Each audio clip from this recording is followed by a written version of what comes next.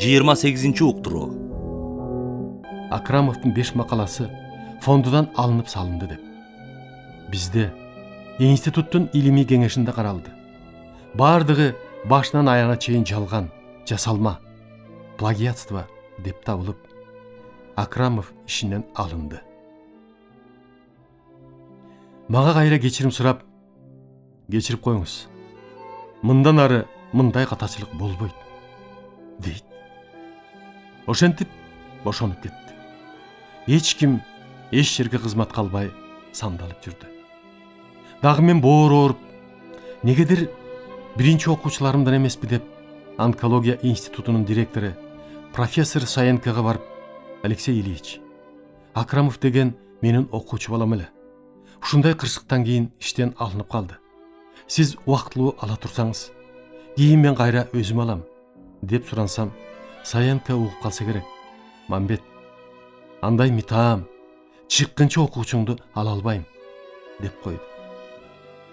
Андан кийин 4-чү ооруканага, травматология пунктуна дежурный хирург кылып жиберишти. Андан кийин госпиталдык хирургия кафедрасынын башчысы профессор Байзаковка бөлүмдүн башчысы кылып жиберди. Мындайда мунун мээси иштейт. Ал убакта саламаттык сактоо министри Тургунбаев эле. Министр Петросянс кеткенде, ким министр болот деп ар бир коллективде сөз жүрө баштады. Ар кимиси ар кандай айтып, биз да кеп кылабыз. Министрликке Сулайман Иманбаевден башка ылайыктуу адам жок деп, Сулайман шаардык саламаттык сактоо бөлүмүнүн башчысы, министрдин орун басары болуп, тажрыйбалуу, татыктуу жетекчи деп мен мактанам. Анда Кулматов БКда секретарь эле, ага да баргам. Иманбаевди мактап көрсөтүп, Кулматов айтты: "Мамбет, кечигип калдың. Кече эле Гүлжекеже Усубалевдин аялынын көрсөтмөсү боюнча Ойрот Тургунбаев болду", деп. Ага чейин өзүбүздө коллективде мен Ойрот жөнүндө сөз болгондо, ошол кантип болсун, жетекчи болуп иштеп көргөн эмес, санитардык факультетти бүткөн, дарылоону билбейт, анан көбүрөөк ичет деп. Мен аны жакшы билем. Бир жүргөн бечара. Ошо кантип болсун деп айтканым бар. Ушунун баары Акрамовдун эсинде. Айласы кеткенде Тургунбаевга барып, "Сизди коердун алдында Мамакеев ушинтип жамандачу. Кулматовго чейин Иманбаевди сурап барган", деп кошуп буруп жеткирет. Ошол замат Тургунбаев ишенип, экөө дос боло баштайт да, эртес эле Байзаковго бир ооз айтпай бөлүмдүн башчысы кылып дайындап коет. Орношуп алып, министрдин ишенген кишиси болуп, экөө кеңешип туруп, менин артымдан түшө баштады. Акрамов: "Мамакеевди жогото турган документтерди мен даярдайын", деп киришет. Министр болгуча Тургунбаевдин геморрою тышка чыгып, аңтарылып, көчүгүн кысып калып, тоң коюп боздоп, чыдабай келгенде мен операция жасап айыктырдым эле. Кийин менин үстүмдөн жамандап, сүйлөп, тескери караган мүнөзүн көрсөтө баштаган. Мен өзүнө кирип: "Ойрот Тургунбаевич, сизге эмне жаманчылык кылдым эле? Үстүңүздөн ушак сүйлөдүмбү? Эгер ошондой оюңуз, далилдериңиз бар болсо, түз айтып, жазалап коюуга азыр акыңыз бар. Ушул акмактын сөзүнө ишенип, сыртыңызды салып жүрөсүз. Ал чындык. Азыр көзүңүзгө айтып берейин. Чындыгында мен Иманбаев болсо экен дегенимдин себеби ал дасыккан адис. Таланттуу уюштуруучу деп эскерттим. Күнөөм болсо, түз көзүм айтыңыз. Акырын артымдан жамандаганыңызды токтотуңуз. Билесиз, менин коркок эместигимди. Ошол эле дос кыла баштаган Акрамовуңуз сиз жөнүндө "Какой он министр? Он же шпана" деп жүрбөйбү?" дедим. Бир топ убакыт өттү. Бир күнү кечки операцияда болуп, бошобой жаттым эле. Улам эле менин хирургтарым келип, БКдан карып кулуп тез келсин деп телефон чалып атат, деп айтып кетип атышты. 6 ченде операциядан чыксам, дагы карып кулуптун катчысы телефон чалып: "Сизди карып кулуп чакырып атат, тез келиңиз", дейт. Дагы бир балия болгон экен деп жетип бардым. Карып кулуп, Данияров, Тургунбаев үчөө отурушуптур. Ал жерде биздин 2 врач, анестезиолог Глиенко да бар экен. Кирип барсам, үчөөнүн тең көрүнүшү, көз караштары жакшы эмес. "Келиңиз", Oturuңuz деп те койгон жок. Туруп турдум. Карыпкулов түзеле: "Сиздин үстүңүздөн көп арыз түштү" деп 3-4 конвертти көрсөттү. "Сиздин ишиңиз өтө начар. Ишиңиздин даражасына карап, кыздарды мени менен болтоп кыйнайт экенсиз. Еврейсиң деп кызматтан кууп чыгыпсыз. Орой дейт" деп дагы бир топ эле сөздөрдү айтты. Гестапода эле сурак калды. "Министрди киши ордуна санабайт экенсиз" деп унчукпай калгандан кийин: "Айта бериңиз.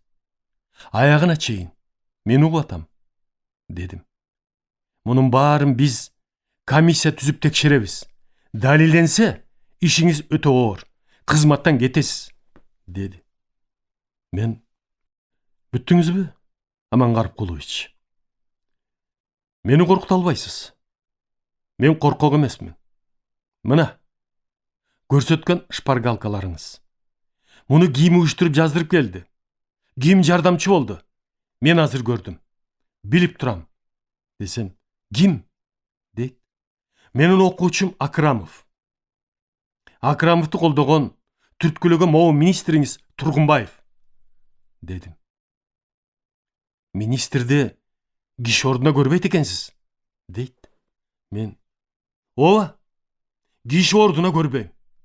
Айтыңызчы, мен буга эмне жаманчылык кылдым? Мен мунун көтү аңтарылып, геморрою кысылып келгенде операция жасап, аман алып калган. Ушундай адам экенин билгенде, көчүгү азыр башкача болот эле. Кыздарды бол деп кыйнайт экенсиз дедиңиз. Эсиңизде болсун. Мен каалаган кыздардын баары бүгүнкүгө чейин макул болбой койгон эмес. Комиссияңызды дайындап жибере бериңиз. Өзүңүз айткандай, күнөөм далилденсе, мен өзүм эле кете берейин. А болбосо, азырынча совет бийлиги бар. Партия деген бар. Далилдеп туруп, анан ушундай мамиле жасаңыз. Эсиңизде болсун. Могу экөө билет. Мен коркок эмесмин. Азырынча менин артым таза" деп айттым. Кирип барганда Карыпкулов 3 конвертти көрсөттү. Мен: "Араң эле 3-өбү?" десем: "Канча болот деп ойлодуңуз эле?" дейт. Мен: "Кеминде 6-7 болот го" дедим эле. Карыпкулов: "Сиз үчүн ушул 3-өө эле жетишээрлик" деди. 3-өө тең врач. Бирөө еврейка аял, анестезиолог. Мен жокто башкы врач Айдашева деген мени менен макулдашпай алып коюптур. Мен келип, эртең мененки конференцияны өткөзүп атсам, бир өңү жылма чоочун аял отурат. Бул ким десем: "Биздин анестезиологдордун башчысы" дейт. "Ага чейин Болотова Дарика деген жакшы, тажрыйбалуу адис врачыбыз бар эле. Аны алып салып, муну коюптур. Врачты тургузуп алып, сизди ким бул кызматка алды десем: "Башкы врач" дейт. "Мен сизди билбейт экем, кете бериңиз" деп чыгарып жибердим. Эртеси дагы келип отурат. Сурасам, мени шаардык саламаттык сактоо бөлүмүнүн башкы врачы алган. Алар иштей бер деп жиберди" дейт. Ошондо мен: "Сизге мен орус тилинде түшүндүрдүм. Мени менен эч ким макулдашкан эмес. Мен еврейче сүйлөгөндү билбейм" деп чыгарып жибердим. Мунун баарын Акрамов окуп, көрүп отурат. Ошол күнү шаардык саламаттык сактоо бөлүмүнүн башчысы Эсен-аманов эле телефон чалып: "Мамбет Мамакеевич, биз сиз менен макулдашпай алып койдук эле. Бизди уят кылбай тим эле койсоңуз" деп суранды. Мен: "Манас, бул жиберген кишиңер менен силер иштебейсиңер. Жибергенге акыңар бар. Бул адам менен мен иштешем" десем: "Мунуңуз ырас, эсте болсун" деди. Эртеси кайра келди. "Менин тажрыйбам бар. Көп жылдан бери иштейм" деп. "Иштей бериңиз. Менин ишенимими өткүчө эсиңизде болсун. Менин текшерүүмдө болосуз" деп эскерттим. Бир аз күн өткөндөн кийин наркоз берип атып, саат 3-тө убактым бүттү деп, операция бүткүчө башка анестезиологко өткөзүп кетип калыптыр. Ал оорулуу ошол күнү карыган кемпир экен, өлүп калат. Бизде, айтпадымбы, жогоруда. Убакытты карап иштеген врач болуп иштей албайт деп. Күнөөсүн өзү сезип, эртеси арыз жазып келиптир. Бошотуп коюңуз деп. Жок. Эми кетпейсиң? Тиги өлгөн кемпир эмнеден өлдү? Ошого жооп берип кетесиң деп бошотпой койдум. Эсен-амановго барса керек. Айдашева экөө тең суранып, Мамбет Мамакеевич, тынч эле кетирип койсоңуз дегенден бошотуп жибердим. Шаардык саламаттык сактоо бөлүмүнө башкы врачка эскерттим. Мындан ары силер укугуңуз бар деп кызматка алып жибере бергиле. Биздин сыноодон өтпөсө ушинтип кете берет деп. Акрамов ушул аялды тааптыр. Барып, эсиңдеби? Сени Мамакеев еврей деп айдап чыкканы деп көктөт. Ал аял ошол мааниде айдап чыкканы рас деп министр Тургунбаевдин атына арыз жазып берет. Арызын көтөрүп алып, сүйүнүп Акрамов Тургунбаевга жетет. Тургунбаев кыйкырып, Акрамов турушуп, менин атыма эмес, Усубалиевдин атына жаздырып кел деп кайра айтат. Тиги аял макул болуп, Усубалиевдин атына жазат. Берки күнү тең анестезиолог Глиенко Наташа деген буларды дагы Акрамовдун суроосу боюнча кызматка алдым эле. Экөө тең жазыптыр. Мамакеев мени менен болгула деп кыйнамыш болгон деп. Карыпкуловдон саат кечки 8-де чыктым го. Түз эле ишиме келип, хирургтарымды чакырып, аларга толугу менен түшүндүрүп бердим. Биздин ойдо жок нерсе эле.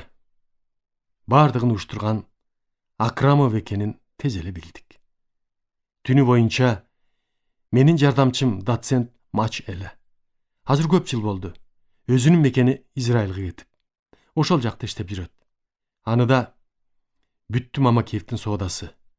Биз эми өчүбүздү алабыз. БК, министр биз тарапта деп ишендирип кетиптир.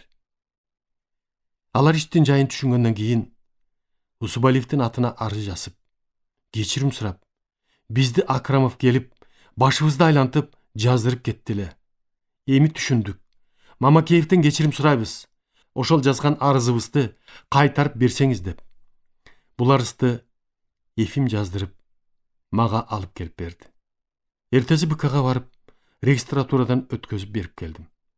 Берки эки аял менен менин балдарым сүйлөшсө, алар дагы менден кечирим сурап, арыздарын жазып берди. Глиенко Наталья экөө мага келип кечирим сурады. Экөө тең айтып берди. Акрамов үйүнөн шашылыш, тез келгиле, өлгөн атам деп телефон чалган. Шашып чуркап жетип барсам, тез жардамдын врачтары бар экен. Колуна, венасына кан куюп жатышыптыр. Эрнест жалына баштады. Мени аман алып калгыла. Мамакеев жоготмок болду деп. Эмне кылалы десем, силердин жардамыңар ушинтип арыз жазып бергиле. Силер жазып берсеңер, министр, БК мени колдогону турат. Мамакеевдин иши бүттү, дейт. Биз акмак ишенип жазып бердик эле. Бизге Мамбет Мамакеевич эмне жамандык кылды? Мунубуз жеткен акмакчылык деп арызыбызды сизден кечирим сурап алып келдик, дейт. Мен силерге эмне жаманчылык кылдым? Кайсы жерден менден катачылык кетти? Акрамов сураса эле жазып бергидей жаш бала болбосоңор. Акрамовду көрүп билип жүрөсүңөр. Качантан бери кечирип, чыдап келатканыбызды десем, моюндарын алып ит болдук. Кечирип коюңуз дегенден башканы айтпайт. Эртеси Карыпкуловдон кийин саат 10-да министрликтен Иманбаев министрдин орун басары эле. Аны комиссияга кошпойт. Калганын бүт биздин ооруканага жибериптир. Министрдин эки орун басары Деревянкина, Чернов, башкы хирургу Михайленко, кадрлар бөлүмүнөн дагы бир тобу келерин билген жок элем. Бир жака консультацияга кеттим эле. Келсем, жаңы имарат бүтүп, жаңыдан эле киргенбиз. Кабинетимде эчтеке жок. Мебель дегенден 2-3 эски стол. Эски бир муздаткыч бар. Кабинет толтура киши. Бизден бирөө министрдин орун басары Чернов муздаткычты ачып, баарын карап чыкты, дейт. Чернов, Михайленко дагы бир топ отурушуптур. Менин хирургтарым да бар экен арасында. Муздаткычты ачып карады дегенде ачуум ушунча келе түштү. Черновду ким сага уруксаат берди? Менин кабинетимди тинтүүгө. Прокуратурадан уруксатың барбы? Деп катуу кагып кирдим. Тиги орун басар алактап: Мамбет Мамакеевич, мен тинткен жокмун. Жөн эле ачып көрдүм, дейт. Ошол ачып көргөнгө ким уруксаат берди? Деп мен такып туруп алдым. Муздаткыч бош, ичинде эчтеке жок эле. Ошондон тез чыгып кеткиле деп айдап чыктым. Кыңк этпей чыгып кетишти. Деревянкина ошонун алдында башкы врачтын кабинетине бирден сестраларды чакырып алып: Мамакеев сөз айттыбы? Кучактадыбы? Өптүбү? Кимден эмне алат? Деген тантыраган суроолорду бериптир. Бир орус сестра кыз ошентип сураганда, Мамбет Мамакеевич мага көңүл буруп, ошентсе, мен кубангандан урматтаган боюнча кабыл алат элем, десе, тигинин оозу ачылыптыр. Тиги комиссиялардагы чогулуп жыйынтык чыгарганда ушуну айтып берип таң калтырыптыр. Текшерип бүтүп кетишти. Эртеси кечинде дагы Карыпкулов чакырып атат деди. Дагы кечке жуук. Жумуш убактысы бүткөндө кирип барсам, баягы эле үчөө отурган экен. Данияров, Тургунбаев. Биринчи кезиккендин бири жок. Карыпкулов тура калып учурашып, столду алдыма жылдырып коюп, келсеңиз, отуруңуз, деп калыптыр. Өңдөрү жылмайыңкы, көрүнүшү түзүк көрүндү. Мен отуруп билдим, колдорунан эчтеке келбей калганын. Эмне болуп кетти? Өткөн жолу мени гестаподай сурап жаман кылдыңар эле. Эмне болуп кетти? Десем, Карыпкулов бир-эки кагазды кармап алып: Мамбет Мамакеевич, бизди кечирип коюңуз. Могу комиссиянын жыйынтыгы. Мында эчтеке таппаптыр. Сиз кыска түшүнүк жазып берсеңиз, ошону менен бүткөзөлү, дейт. Мен: ошол комиссиянын жазган справкасын бериңизчи, окуп көрөйүн. Ошонун маанисинде справка жазып берейин, десем, мында эчтеке деле жок экен, деп берген жок. Анда мен да эчтеке жазбайм. Эмне деп жазам, дедим. Ошону менен булар менен сөз бүттү. Жаңкы Деревянкина деген зор аял эле. Ошол комиссияга айтып бериптир. Мамакеев кыздарга жабышмак турсун, кыздардын бул кишиге жете албай жүргөндөрү көп экен деп. Мурунку күнү эле Иванов деген Усубалиевдин жардамчысына кирип, Усубалиевдин кабыл алуусуна жазылып кеттим эле. Эртеси Иванов телефон чалып: Мамбет Мамакеевич, сизди Усубалиев кабыл алганы күтүп атат, деди. Айткан убагында жетип бардым. Болгону баарын айтып, көрсөтүп бердим. Менин иштерим менен таанышып отурган экен. Менден жаңкы врачтардын, Граштын тиги кишиге жазып арызымды кайра берсеңиз деп кечирим сураган катынын менде көчүрмөсү бар эле. Тиги карап аткан кагаздарда ал документ жок экен. Мен көрсөтүп берсем, окуп алып, жардамчысын чакырды. Кагазды көрсөтүп, эми үчүн жок, таап кел, деди. Тиги киши бир аздан кийин: Турдакун Усубалиевич, эч жерде жок, таппадым, деп кирди. Усубалиев ушунча ачуусу келе түшүп: эмне үчүн жок? Эмне деген тартип бул жерде? Таап кел, деп дагы урушуп чыгарып жиберди. Тез эле таап келди. Кайдан таптың десе, Карыпкулов экен дейт. Ошол замат телефон чалып, мурунтан чакырып койсо керек. Карыпкулов менен Тургунбаев кирип келди. Усубалиев Граштын арызын кармап турган. Бул арызды сиз эмне үчүн катып алгансыз? Деп сурады эле. Карыпкулов: катып алган жок элем. Мага алып келип бирөө таштады эле, деди. Ошол жерден мен: сиз жок дегенде, ушул жерден бул кишиге чынын айтсаңыз, бул кагазды мен өзүм регистрацияга өткөзүп кеткем. Регистрациянын номери менде турат, дедим. Экинчи Усубалиев сурады: ким силерге уруксаат берди? Комиссия түзүп, Мамакеевди текшергиле деп. Анда Карыпкулов: Турдакун Усубалиевич, комиссия эмес, жөн эле барып көрүп келгиле деп жибердик эле, дейт. Мен ошол замат: дагы жалган айтып атасыз. Турдакун Усубалиевич, министрликте жалгыз Иманбаев калган. Калганынын баары барып, санитаркадан баштап сураштырып. Анан кече эле комиссиянын справкасы деп көрсөтүп, мага бериңиз, окуп анан жооп берейин десем, бербей койбодуңарбы? Деп так жооп берип аттым. Аягында Усубалиев: Экинчи менден уруксатсыз барып, ушинтип текшерсе, Мамбет, кууп чык дегенге чейин айтты. Силерге эскертүү. Уят эмеспи? Мамакеев силерге оюнчукпу? Көрүнүктүү, өсүп өнүп келаткан хирургубуз болсо, профессор, миңдеген адамдардын өмүрүн сактап калып атса, өзүнүн окуткан окуучусу душмандык, чыккынчылык кылып, ушуларды уюштуруп атса, ошого ишенип, силер Мамакеевди жаманатты кылыңар бар. Токтоткула, мындай ишиңерди, деп узатты. Мен Усубалиевке ушунчалык ыраазы болуп чыкты. Ошону менен бул иш токтогондой болду.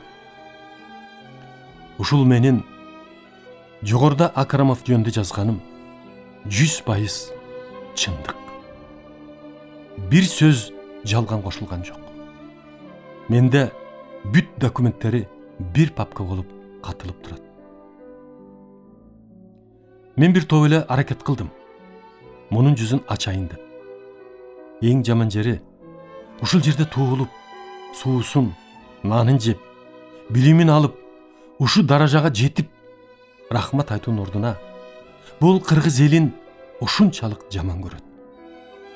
Ошого карабай жалган, кошумча сүйлөп, калп айтып, өзүн өзү мактап реклама жасап, керектүү кишилерди, өзүнө окшогон Малеваны, Садыркулов, Курмановду таап, ошолорду арага салып, өнүп, өсүп келатат. Кийинки эле баатырлыкка көрсөтүлгөндө, жолдомо катында 500 жолу санавиация менен учуп, республиканын аймагында операция жасадым дейт. Ушул ашып кетсе, мен билгенден 10 жолу учса керек. 20 миңден ашык операция жасадым дейт. Ошондон 6-7 миңи болсо болор, болбосо жок. Ушунун айтканына кээ бир түшүнбөгөн киши ишенет экен. Акрамов бизден куулгандан кийин кыргыз деген паспортун өзгөртүп, өзбек деген паспорт алган.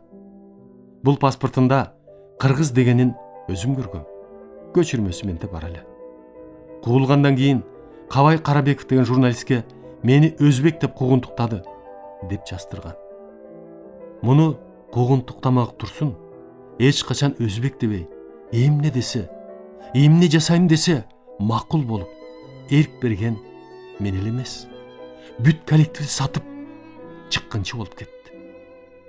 Мына ушу күнгө чейин үй бүлө деген жок. Тең туш, тууган деген мен билгенден жок. Хирургтардын бирден бир байы ушу. Бир кишиге жардам бергенин, жаман жакшыга аралашканын көргөн жокмун.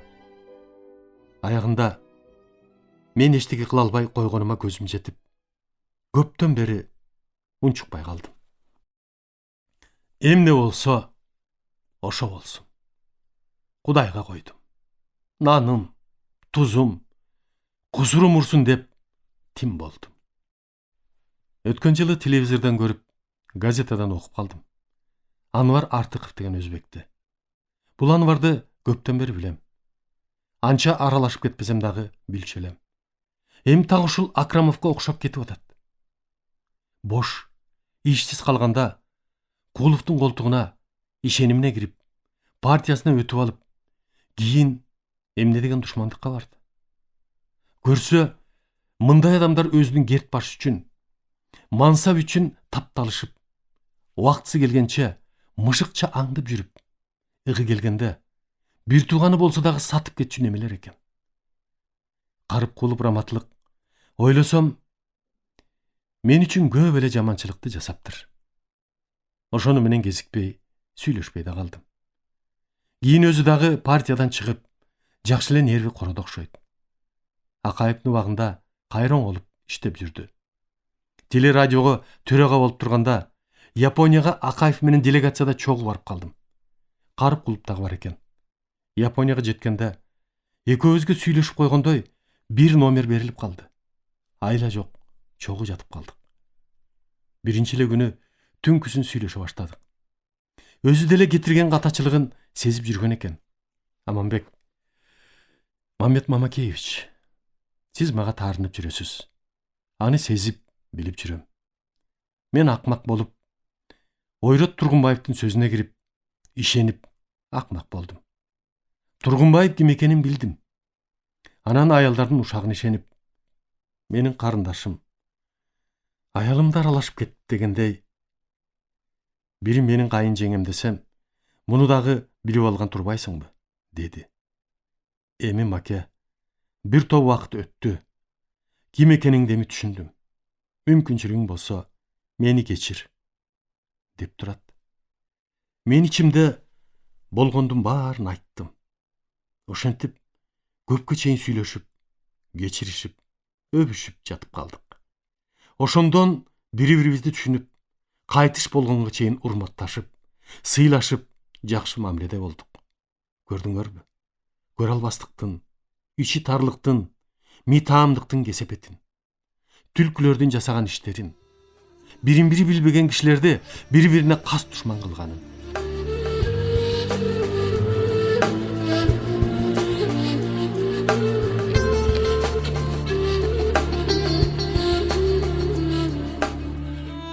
Эгемендүүлүккө жетип, 2 чакырылышта депутат болдум дебедимби? Биринчи жолкуда кийинчерээк легендарлуу парламенттеги наамга жетиштик. Ошондогу депутаттар 350 болсо керек. Мурунку сессияларда эмес, демократия деген болуп калган. Сессия убагында биринчи күндөн тартып эле залда 2-3 микрофон бар.